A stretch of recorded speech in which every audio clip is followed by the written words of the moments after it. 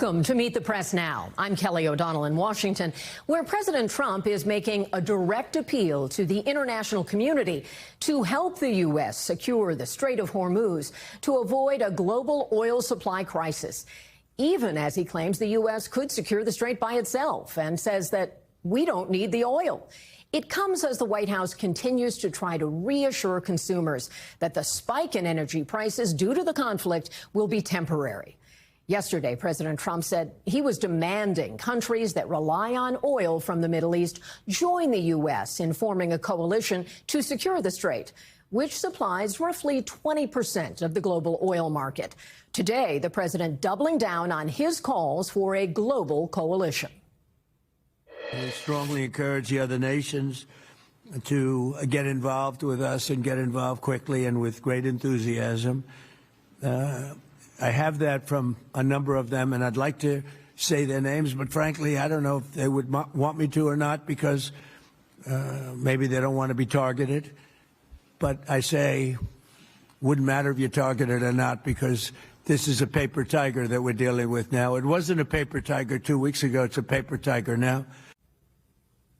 That assessment comes as the president is also claiming that Iran has been, quote, literally obliterated in the war and that its leadership has effectively been dismantled, prompting this question from reporters.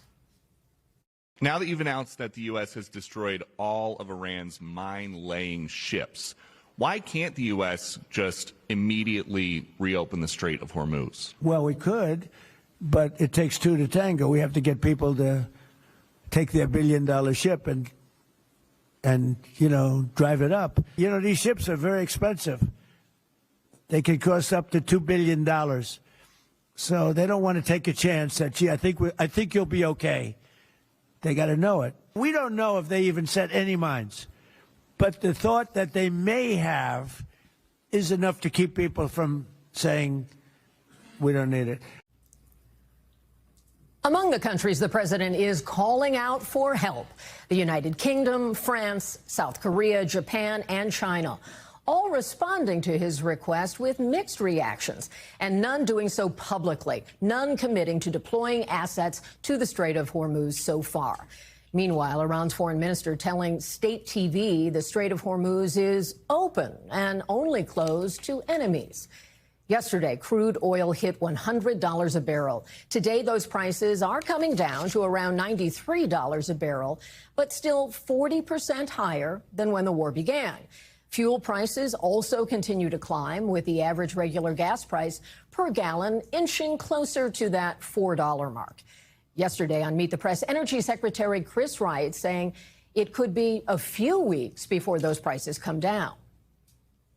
After the conflict is over, you'll start to see prices come back down. It is a short-term disruption in the flow of energy. Americans are feeling it right now. Americans will feel it for a few more weeks. But at the end, we will have removed the greatest risk to global energy supplies. As for now, how much longer this could go on is a question mark. And Iran's foreign minister says there is no reason to negotiate with the U.S. President Trump was also asked about the possibility of negotiations, and here's what he had to say. I don't know if they're ready yet. They're taking a pounding. I don't know if they're ready yet. And we don't even know their leaders. Look, all of their leaders are dead, as far as we know, but they're all dead. We don't know who we're dealing with. We met with the next group, but we don't know who their leader is. We have people wanting to negotiate. We have no idea who they are. Joining me now, our NBC News White House correspondent, Monica Alba, NBC News Senior National Security Correspondent, Courtney Kube, NBC News Business and Data Correspondent, Brian Chung, and NBC News International Correspondent, Matt Bradley. Welcome, one and all. Glad to have you here. Monica, let me start with you. Traffic through the Strait has really ground to a halt, in part because the companies that have the vessels don't want to expose themselves to the risk. Do you get a sense that the president's attempt to form a coalition is actually materializing? It doesn't seem like it, Kelly, because he's trying to do this retroactively, right? He's trying to kind of bring this coalition together to countries, asking them for help when they weren't really consulted in the first place on launching this attack against Iran with Israel. So countries are saying, whoa, whoa, whoa, wait a second, not so fast. And also they're saying this isn't our war. This isn't necessarily our conflict, even if we do have a vested interest in getting the Strait of Hormuz to be safe enough for vessels to pass through it. So they want to have a more diplomatic conversation. That is certainly not what President Trump likes to necessarily want to engage in. He said about the UK Prime Minister, for instance, who said, well, let me talk to my team first and maybe we'll have a discussion and I'll make a determination and get back to you. And the president said in this event today, why does he need to talk to his team? Why can't he just tell me he wants to help and go ahead with it? So a difference in leadership style and a difference in the approach to this very complicated diplomatic challenge. And so revealing, because the president doesn't feel he needs to consult, therefore another head of government might not need to. Is there a conflict in these discussions with the president saying he needs this international coalition, but at the same time is describing the threat from Iran as far reduced? Yeah, I think there are kind of a myriad of contradictions that the president has been making here, because he is trying to make the argument that militarily so many of these targets have been hit, so many of the objectives have been met. But clearly this economic consideration and dealing with the Strait of Hormuz, which he says he knew and was aware this was going to be such a problem, makes it very, very difficult to be able to declare victory in any sense, because until you have solved that, we don't really know how the president can make that claim. And then you also are seeing these reports of additional resources, of Marines and a unit that are going to be sent to the region. Unclear exactly what their goal will be and what their role will be. But it is very hard for the president to say, on one hand, we are ready to wind down, while on the other, you're seeing a ramp up in that sense. We're still waiting this afternoon for an event that is yet to take place, as I understand it, with the president and Vice President Vance in the same room together, which might not sound unusual, except we have not seen that since the war began. What should we be looking for? Just a few days ago, it was the president who admitted that the vice president did have some, quote, philosophical differences in his approach to what they should do leading up to the decision making on the war against Iran. The fact that we are seeing them, and there they are at this event now, is notable because likely there will be some questions presented to one or both of them about that gulf, about that difference in opinion. Now, the vice president, when he was asked about this a couple of days ago, said, I'm not going to reveal personal considerations and recommendations that I make to the commander in chief to the media. I'm not going to reveal that to all of us. But I think it is very instructive that the president doesn't really hesitate. When he's asked about it, he will say, yes, maybe we, differed on a couple of different things, but we're aligned on these others, which just sets up this whole other major conversation, as you know, Kelly, about 2028 and what this could mean for the president backing his own vice president, or potentially his Secretary of State, Marco Rubio, who's somebody that he has heaped praise on as we have seen this conflict over the last 3 weeks. And Rubio's been so prominent in this whole discussion by virtue of the role that he plays. Courtney, let me bring you into this discussion as well. And we talk about the feasibility issues from the military side of things, of trying to form a coalition, of trying to bring these leaders together. Do you get a sense that there's any progress on this and that there's any definition as to what the roles would be if other nations joined in? Yeah, it's not impossible that the militaries could come together and present some sort of a coalition that would be helping ships get through. But at this point, we don't see any real momentum towards that goal. There's options like things like some nations can provide aircraft that can do surveillance, maybe even provide air defenses in the way that they could defend against drones by shooting at them air-to-air missiles or whatever it is. So there's multiple options. There's unmanned systems that they could use as well. But again, at this point, we don't see any indication that is really moving in any direction. And it's in large part because of what Monica just said. That is, these countries weren't brought in advance. And even though they have an economic interest in this being the Strait of Hormuz, allowing for free flow of commercial traffic, they may not want to get involved militarily. And the reality is the same exact threat that exists to the U.S. Navy would exist for all of those other militaries as well. So there is a real threat to the military if they were to try and take on this challenge, even as a multi-nation coalition. So it's an extraordinary ask from the president to these allies. We also need your expertise when it comes to that critical oil depot known as Karg Island in Iran. There have been questions about whether the U.S., now that there have been strikes there, would there be some plan to have any boots on the ground just to secure that critical area? Is that something that's being discussed? It's not outside the realm of possible, and this is something that the U.S. has wargamed for years, the possibility of doing this. But the reality is, Kelly, it would take thousands of U.S. troops to accomplish that. And as difficult as it could be to take the island, holding it would be even more difficult and dangerous. And I think that's one of the big concerns here. It's not outside the realm of possible, but it would be a very dangerous endeavor. And again, it would take thousands of troops. Now, the question, though, is this one of the potential ways that the Trump administration wants to take this conflict? Does President Trump want to own Iranian oil or use Iranian oil as a leverage point? Because if so, Karg Island would be a critical piece to that potential equation. We also heard today the president talking about disinformation in this war and the role of AI and talking about what Iran has done with that.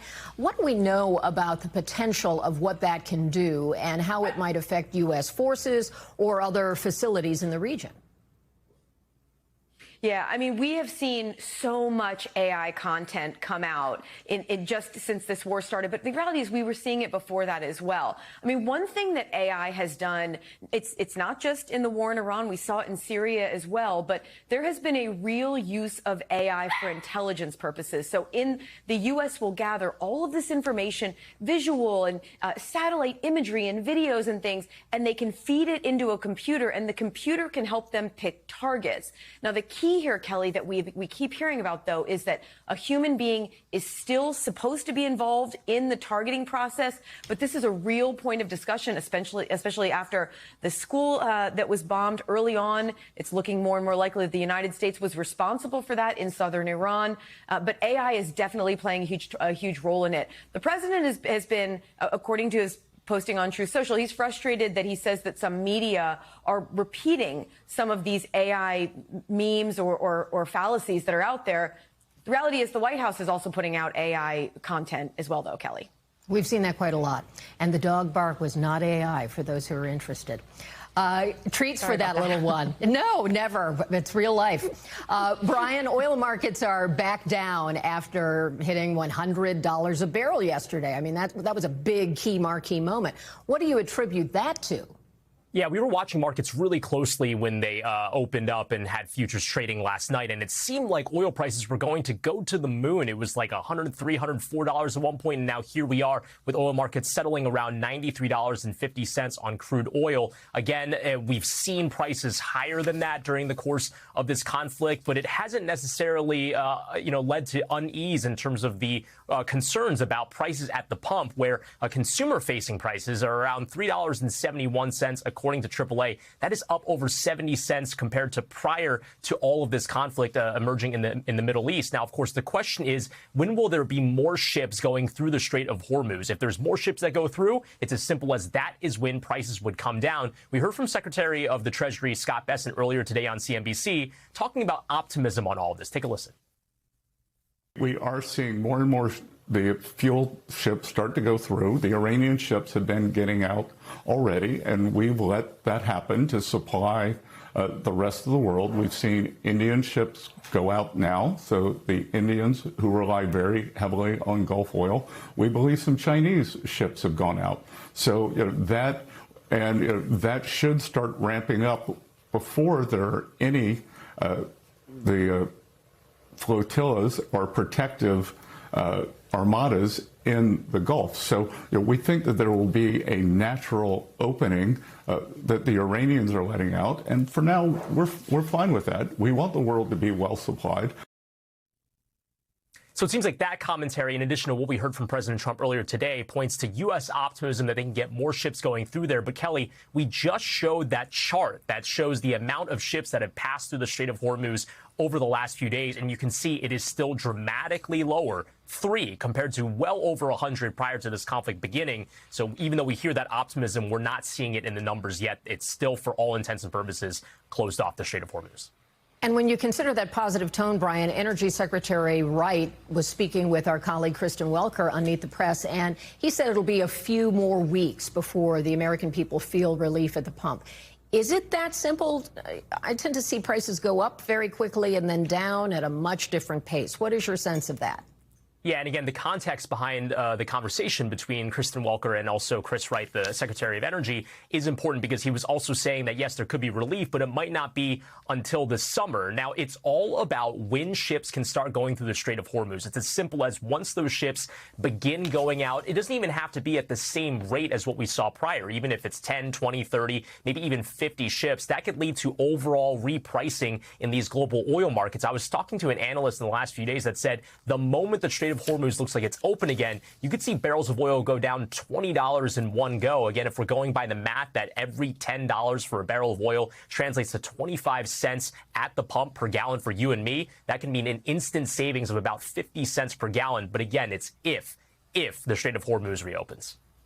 Thank you, Brian. Appreciate that. And in just the time that we have been having our conversation here, Courtney has gotten some new information, some additional reporting on how the president is being advised about some next steps. What can you tell us?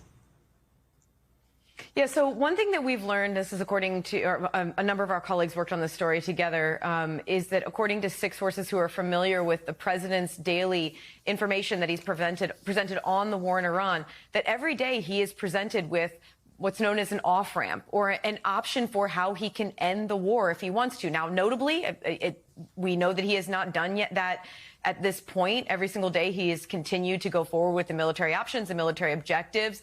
But in fact, there are advisors who are providing him with that option. And maybe one of the reasons that we hear this language that's so uncertain or that from the administration about exactly how long this war could go on, Kelly.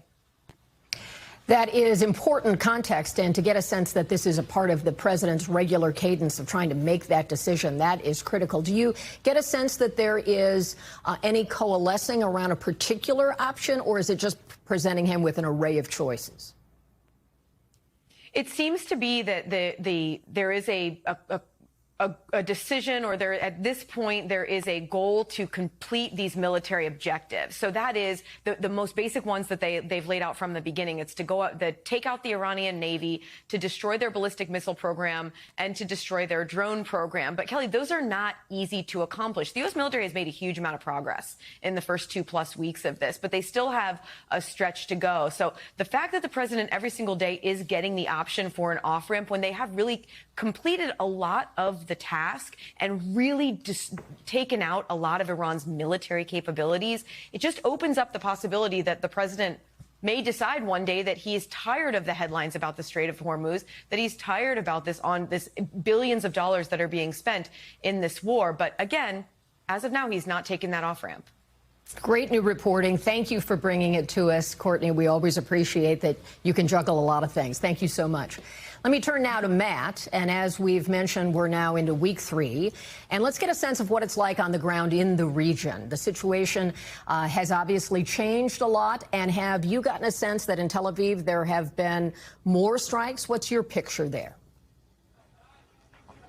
Well, as a matter of fact, Kelly, we just got an alert right now. You might be hearing this all around, saying that in the next couple of minutes they're expecting another incoming, probably from Iran. But we've been hearing these with some regularity. In fact, it doesn't really seem like it's been letting up. But what we have heard from the IDF is that now these salvos that are being fired by the Iranians contain fewer and fewer projectiles in them. So while we're still hearing the sirens all day long and often all night long, and though they have been dispersing quite a little bit, most of these missile salvos don't really have that many missiles in them, and they're causing very few injuries. So things have shifted, and that's why we're starting to see this week schools are going to partially begin to reopen. It's already been several weeks since offices were reopening, and things really are getting back to normal in a real way. A lot of the restaurants and stuff in this neighborhood and around the country are getting back to work. So things are kind of getting back to normal. I want to share with you some of what the president had to say today about Iran's leadership and his description of the new supreme leader. Let's play a bit of that. This one we haven't seen at all. So that could be for a lot of different reasons. We don't know, Peter, if he's dead or not. And now that you've announced... I will say this, nobody's seen him, which is unusual. The president, of course, referring there to the son of the supreme leader who had been killed, and then we have not seen any sort of proof of life, even though there was a statement. What is the sense in the region about an assessment of who is in charge right now? Well, obviously, this lack of information is causing a flurry of conspiracy theories and conjecture. One of the things that we're hearing and that the Israeli press is talking about a lot is the talk about how the senior Khamenei might have thought that his son, and there you're hearing those sirens now. That's an answer to your question about how things are going. His son was considered inadequate.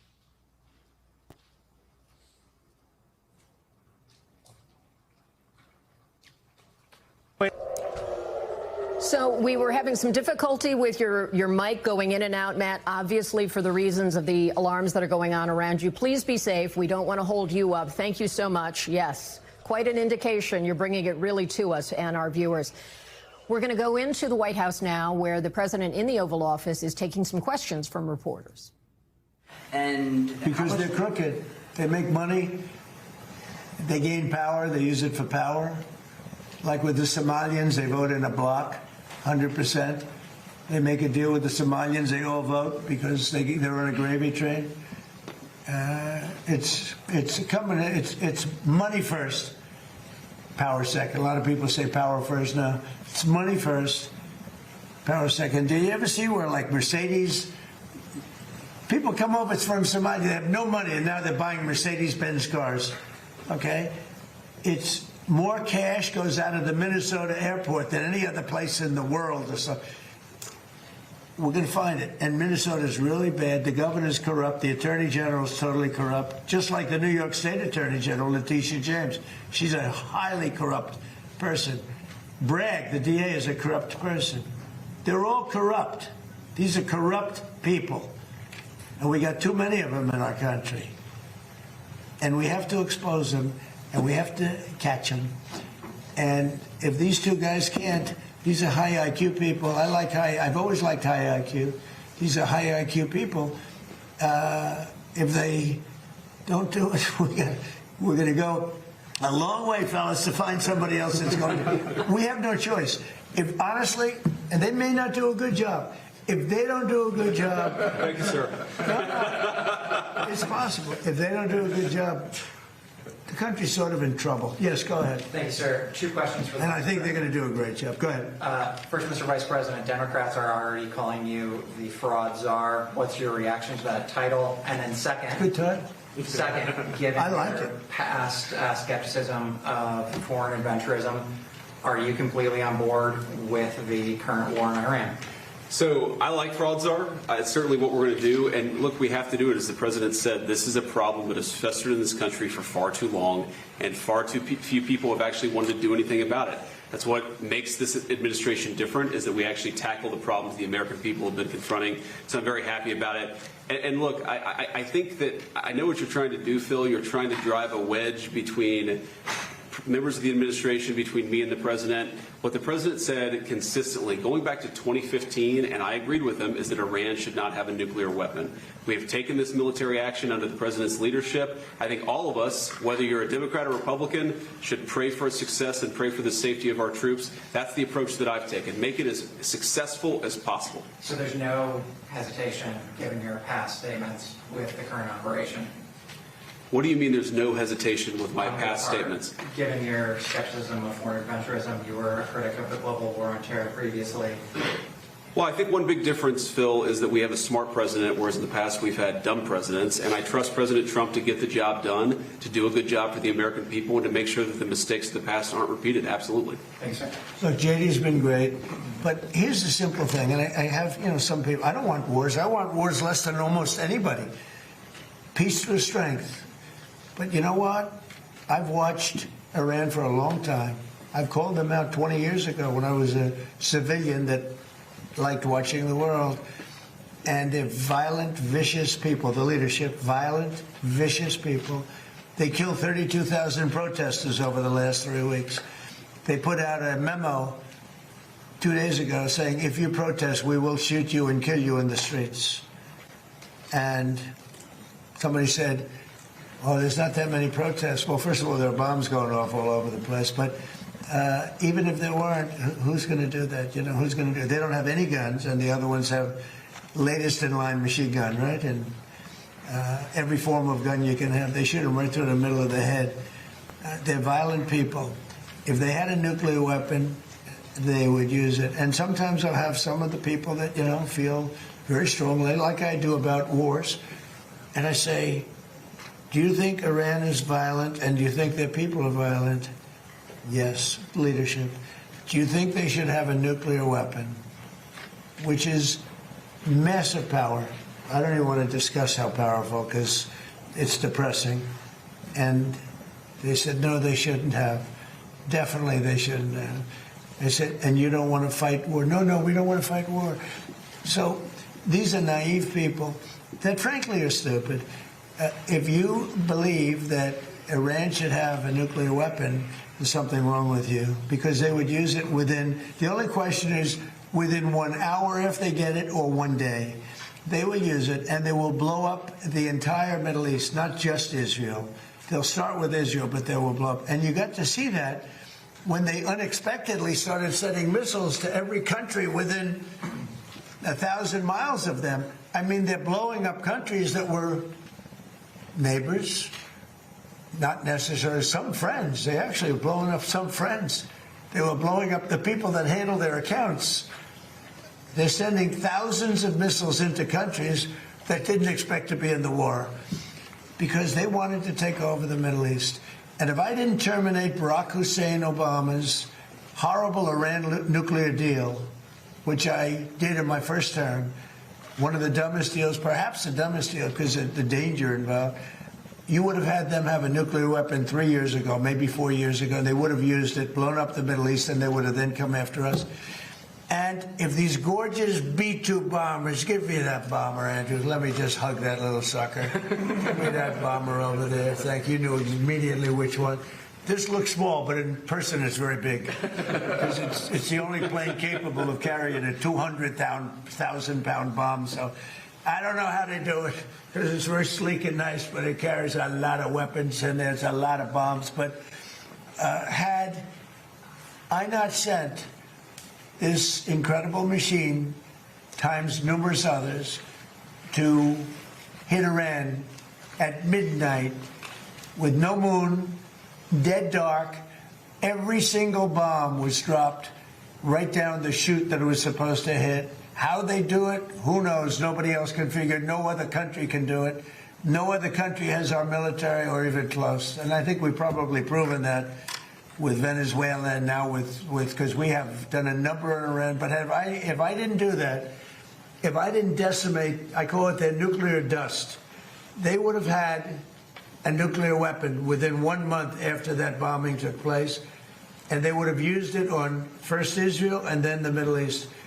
And you know that because all of those missiles that were launched against their neighbors were set long ago, long before they knew they would be using them this quickly.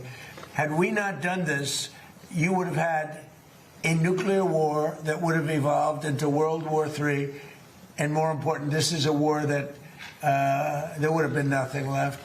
So we've done a great thing. The people that say it's okay for a very sick ideology, a very sick country in terms of its leadership, very good people, great people.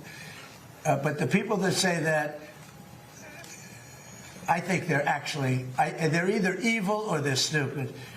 So if you believe that Iran should not have a nuclear weapon, they should not have it, then you have to absolutely love what I've done, because in 2 weeks we have decimated them. They have no Navy. They have no Air Force. They have no anti-aircraft weapons. They have no leadership. The leadership is gone. But then they set up a new leadership to go and name a new leader, and that leadership is gone. And now they think maybe the sun is gone. They're all gone. My biggest problem is I have no idea who we're talking to, because nobody ever heard of any of these people. They're all dead. But we did a job for the world, not a job for us, for the whole world. We took the worst country in 50 years and maybe longer from the ideological standpoint, a country that wanted to blow up the world, a country that is sick, and it has a religious fervor. And when you add religion, you know, people don't realize more people died in religious wars than every other war put together. And that's what you would have had here.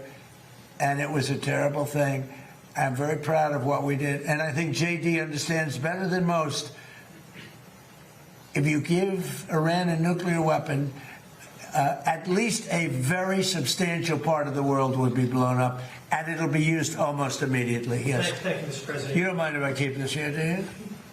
Isn't that a beautiful thing? You know, I used to look at it, and I said, it's a piece of art, but how can it be effective? It's so stealth. Think of it, Peter. 1 in the morning, it flies in, and they say, sir, they're in Iranian airspace. And I say, oh, and I'm watching it from the Situation Room with a couple of other very smart people, including some good generals, real generals, not television generals. And all of a sudden you see that dive, they start diving, and sure, and you see him 30,000, 20,000. Boy, I said, that was a lot. They went down fast to aim it. And they know they're coming, and they're smart, and they never saw them. And they're firing a little bit, but they don't know what they're firing at because they can't see a thing. And then you hear the biggest explosions that anybody's ever heard. Those are the biggest bombs. Outside of nuclear, those are the biggest bombs. And you say, what technology we have. What a great country. I built it, largely, I built it during my first term. I built it. I didn't know I'd have to use it this much in my second term. But we had an incompetent president. We had an incompetent administration.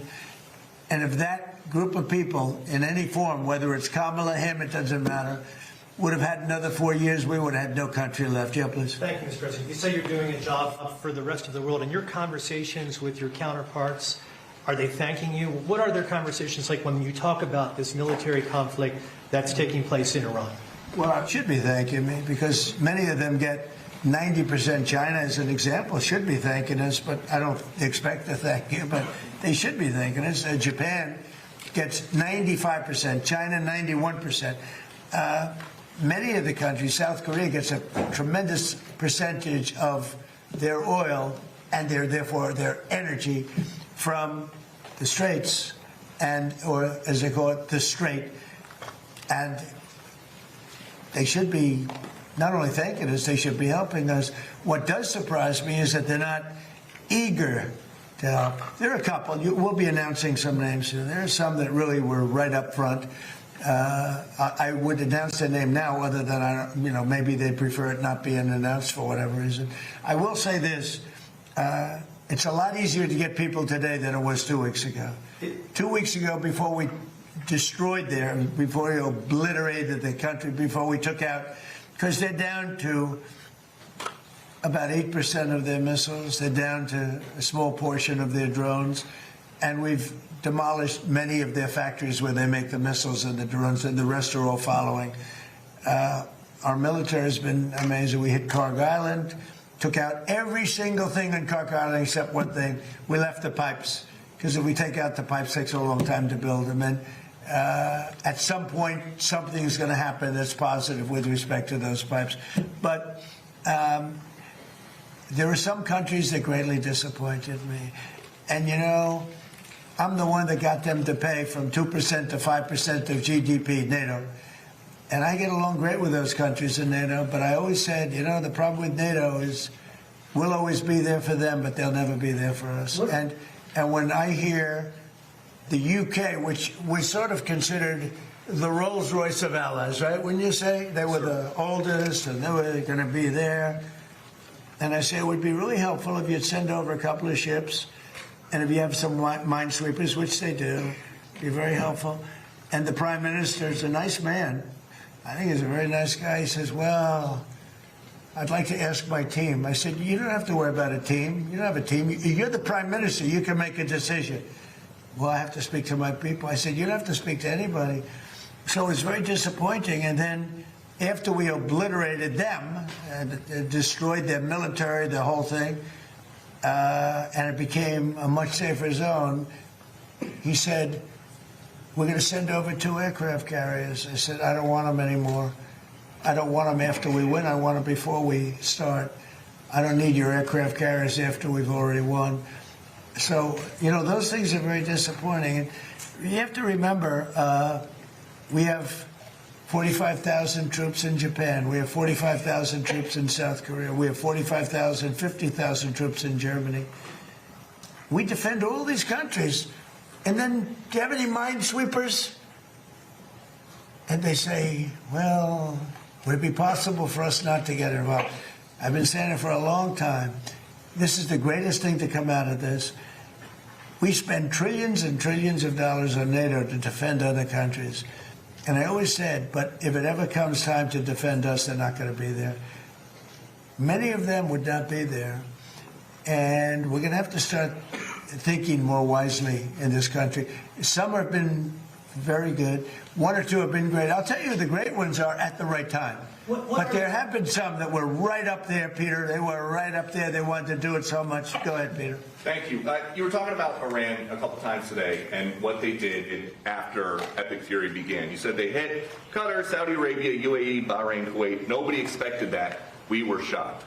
Are you surprised that nobody briefed you ahead of time that that might be their retaliation? Nobody, no. The greatest experts, nobody thought they were going to hit. They were, I wouldn't say friendly countries. They were like neutral. They lived with them for years. Peter, they were going to take over the Middle East. They were going to knock out Israel with their nuclear weapon. But after we knocked out their nuclear potential weapon, they started building missiles, thousands and thousands of missiles. And they were going to do it with missiles while they developed. These are sick people. While they developed nuclear, somehow they were going to start at a different site, because that site was, you saw the site, the mountain. They were going to go into a certain area, which we know exactly where it is, and they were going to do that. And it's incredible what we've done. I tell you, the job we've done.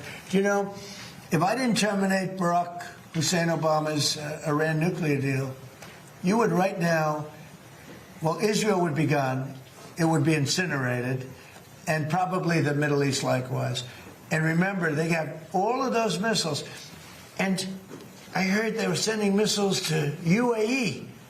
I said, that's strange. You know, UAE is like the banker for Iran. They're like the banker. Qatar, their neighbors, they got along okay. Saudi Arabia. All of a sudden, Kuwait is getting hit. Bahrain is getting hit. All these countries are getting hit. There was no expert that would say that was going to happen. It's not a question of like, gee, should you have known? And if we did know, big deal. I mean, we have to do what we have to do. But we hit them so hard like nobody's ever been hit. We hit them very hard. And we've extinguished most of their missiles. We've extinguished most of their drones. We've extinguished most of the places where the missiles and the drones are built. We've fully extinguished 2 layers of leadership and probably a third, if you believe some stories. So we only have one thing, to have a little choke point, and they've used it very well for years, but it doesn't work. But I think this, if some of these countries that we've been good to for years, and maybe more important than that, some of these countries that get 90% and 95% of their energy from Hormuz, the Strait. Hormuz, a famous, wonderful, beautiful place, but you wouldn't want to be necessarily sailing a boat there right now. I would not. Okay, you know why? Not because of them, because of us. Because we've taken out their entire Navy. We've taken out every one of their drone, they call it a drone layer, a mine layer. There's specific boats that are meant to put mines on. How would you like to have a nation that has 22 boats where their sole function, they're very different looking boats. You wouldn't want one for your family. They're not pretty. Their sole function is to lift a mine into the water and drop it a certain number of feet down. But they had 22 of them. We've taken out all of them. But you can probably drop them off on the boats. So we don't even know. By the way, we don't know that any mines have even been dropped. But the thought that they would scares people that have billion-dollar ships. Yeah, please. Thank you, President Trump. I'd like to ask the Vice President about his plans to go after possible fraud in California and New York. We know, of course, about Minnesota. And President Trump, first, could I ask you, you said earlier today that the new Supreme Leader, Mujtaba Khomeini, you don't know if he's dead or alive. There are a couple interesting reports about him today. There's one report that he just narrowly escaped death in the first airstrikes by stepping out into his garden. There's another report that he may actually be gay despite leading a theocracy that hangs gay people. How do you determine what's true, and do you have an assessment of those? Well, so far, no one knows. If you look at his father, he used to give talks a lot, talking about death to America. He'd say death to America all the time. When they say death to America, you should believe them, because that's what they would have. If they had a nuclear weapon, they would have used it. But they never had the chance. I never gave them the chance to use it. And other presidents should have done. I spoke to one of the former presidents who I actually like. I actually speak to some. I do like some people. It'd be shocking. And he said, I wish I did what you did. Could have done it. Other presidents, somebody should have done it. 47 years this went on. They call Iran the bully of the Middle East. And you could have never had the Abraham Accords. You could never have had peace in the Middle East. Now you're going to have peace. You could never do it with the dark cloud of a nuclear Iran. But Iran is a shell of itself. It's no longer a bully. It's the one that gets bullied. It's a bully that got beat up. We beat the crap out of them. And they deserve that. When you see a soldier walking down the street without his arms, or being helped down the street because he's got no legs, or his face is blown to smithereens with no legs and no arms, those two, no legs, no arms, and a face that got racked. That was done by roadside bombs. That's the favorite weapon of Soleimani, who I killed in my first administration. General Soleimani. Had I not killed him, that was the beginning of their downfall, because had he not gone, it's possible that we would not be this far advanced in destroying Iran, because he was a really good general. He was a vicious, horrible man, but he was a brilliant general. And he was looking to knock out 5 of our military bases at one time. And the man that died with him was his counterpart in Iraq. And they were working together. And they got hit real hard. And if that didn't happen, we would have had a problem. But maybe more importantly than that, he was really the mastermind behind it. And they never found somebody to replace him in terms of the genius. I knocked him out. And that was a big step, knocking him out. But if we didn't get rid of the Obama deal, I terminated it against the wishes of my then Secretary of State. He was no Marco. Against the wishes of a lot of people at the time. You remember that, Peter? A lot of people. Had I not terminated, remember that, Stephen? You remember? They were all going, no, dude, this is not. That deal was a disaster.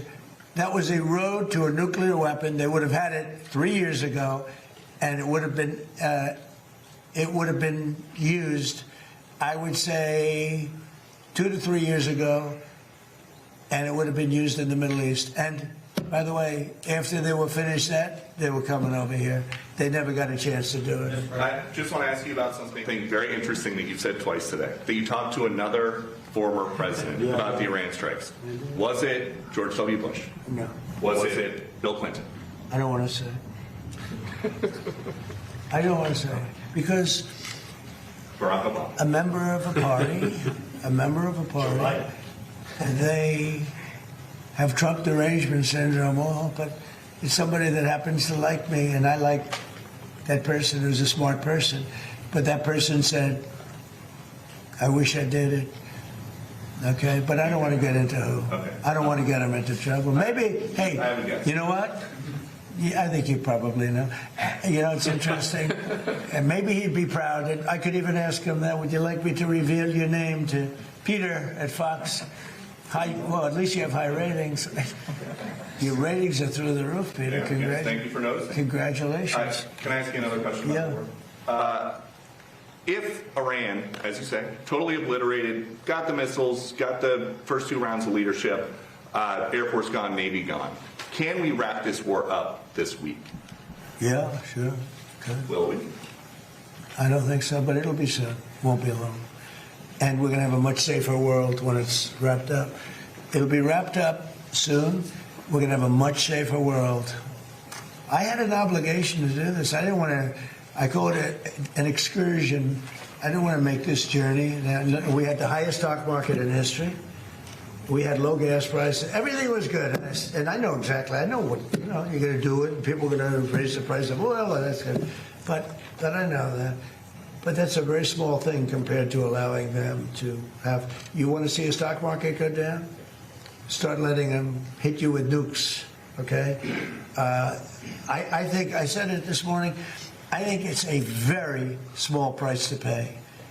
And frankly, I thought it was going to go down much more, if you want to know the truth. I assumed that it was going to go down much more, only because people don't understand to a large, it's a big chess game at a very high level. It's a very high level chess, the highest.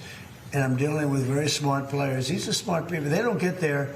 When you deal with some of these people, you're dealing with high level intellect, very high IQ people.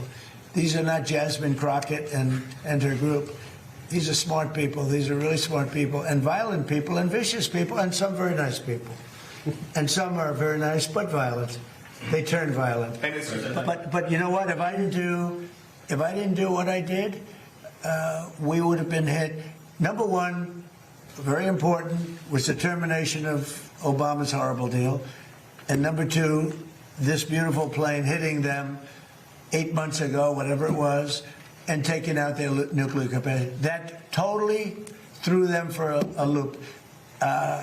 If they had that bomb at either time, 5 years ago or 7 months ago, if they had that bomb would have been used almost immediately. Mr. President, two questions on domestic policy, bringing it close to home. First of all, the Save America Act. What are you expecting this week when this vote takes place in the U.S. Senate? Will the Vice President's vote be necessary? It's imperative that it gets done.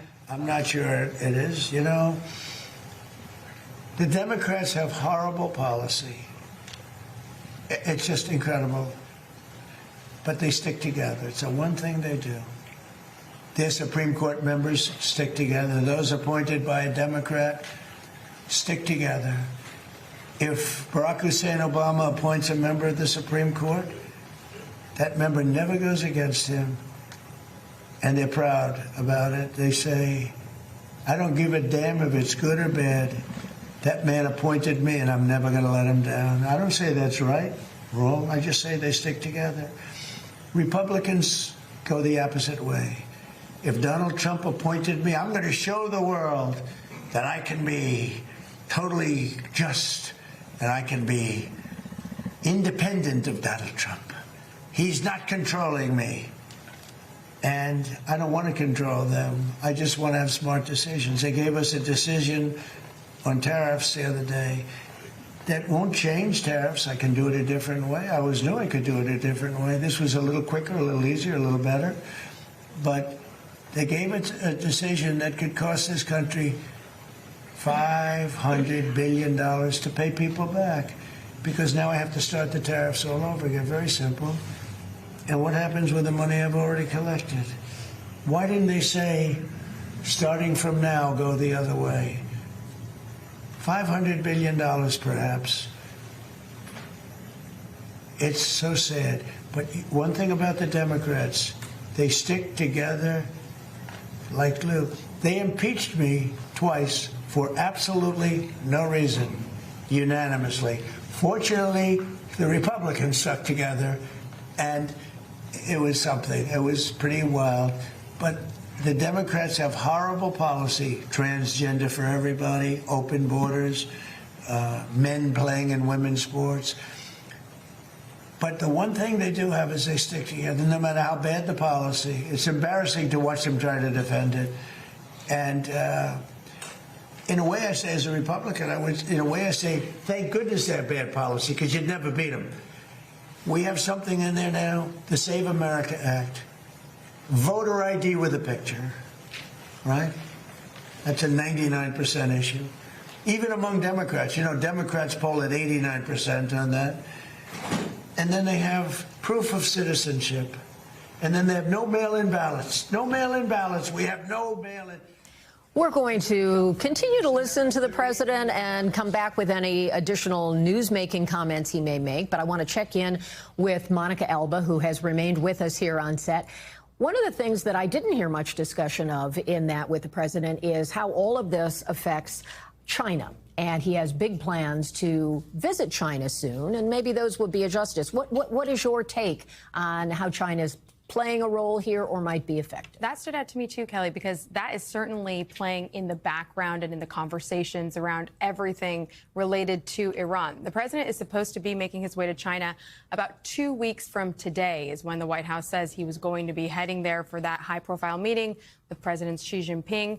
And now today, for the first time, the press secretary opened up the door for potentially delaying that. The president sort of hinted at that this weekend, that is a possibility, because if this doesn't get completely wrapped up by then, which those conversations seem to be happening in the background, it seems like that will move back. The president really wants this meeting to happen, but everything is connected also to this major, big conversation about the economic repercussions of what happens with the Strait of Hormuz. So all of this is really just coming together at a critical point for the president, who wants this meeting to happen, but admits it may have to move back. And certainly being out of the country at a time when there is hostile conflict, that is a risk in and of itself. Let me also check back in with Courtney. There were a couple of things that stood out. He made a reference to the pipes, and something might be coming with the pipes. I didn't know if you had any sense of what that means. And I was also struck by, and he was asked a question about the fact that he a couple of times hinted at not having early guidance that Iran would strike neighbors,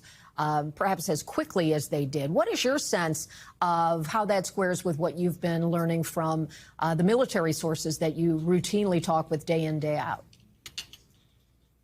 So the pipes, he mentioned this on one of his social media postings, that the U.S. intentionally did not destroy or go anywhere near any of the oil pipelines or pipes on Karg Island. And he said that was because they could take potentially years to fix or repair. And so that was his decision. But he left open the possibility that the U.S. could go back and strike them again. So I suspect that's what he meant by the pipes. But again, this is the first time we've actually heard him speak about it.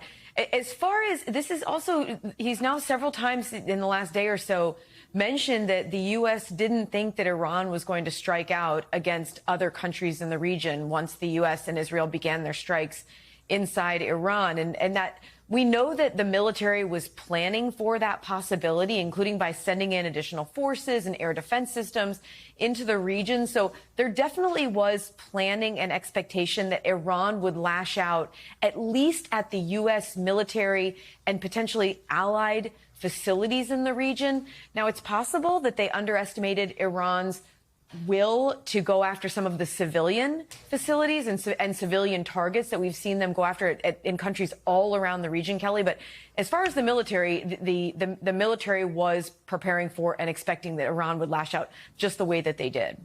Such great context, Courtney. Thank you so much. We're joined now by the panel. We've got an abbreviated back of the show, so thanks for riding along with us as we do that.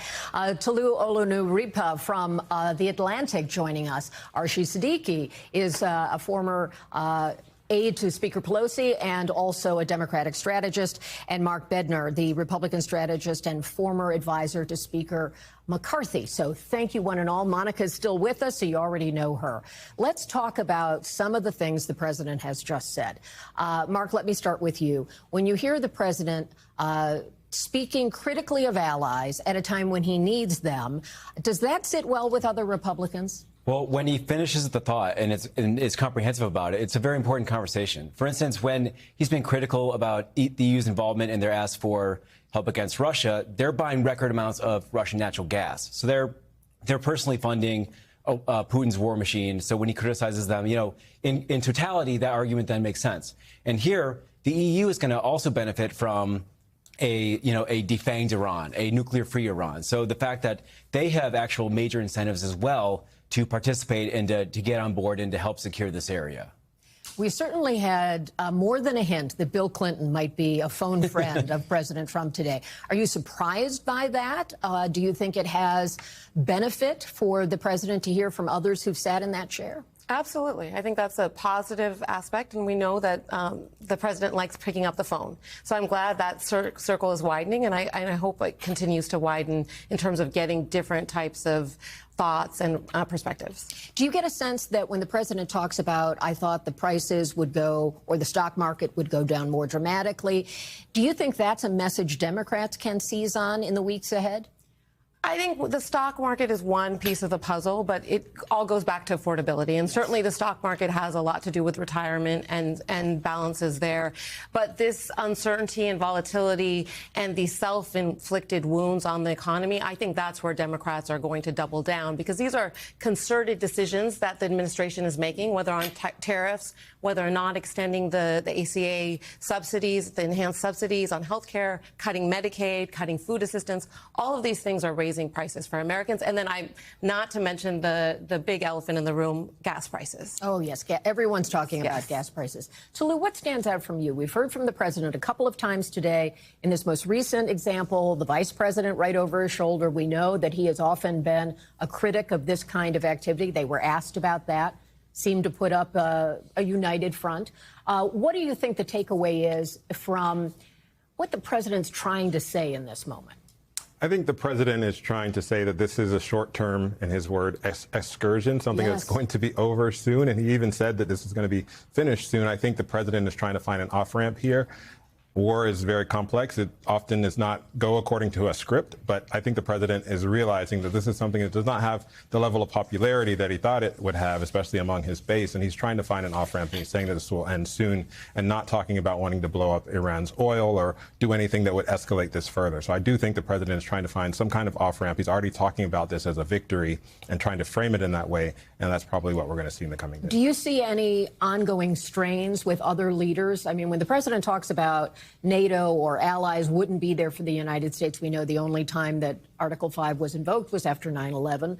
He doesn't reference that. And obviously, it's a tense time for those other nations. Do you see that as having long-term impact? Well, for sure. The president has been sort of badgering our allies for quite a long time, and now he's trying to get the allies to help him in the Strait of Hormuz, and he's not getting the response that he thought. And he's saying that a lot of these allies are the ones that actually need the support or need the oil that's coming through the Strait of Hormuz. And I think the president is realizing that not having that strong relationship with allies, not being able to rely on them, not having them feel like they can rely on the U.S. is now becoming a hindrance as he moves forward with this war, and not having, the EU and NATO and other folks that he wants to be sending warships, not having them all on board. And I think that's part of what the president is doing. And of course, a great cost is always the service members. And we've seen that with the loss of life for Americans and really untold numbers on the other side or in other countries.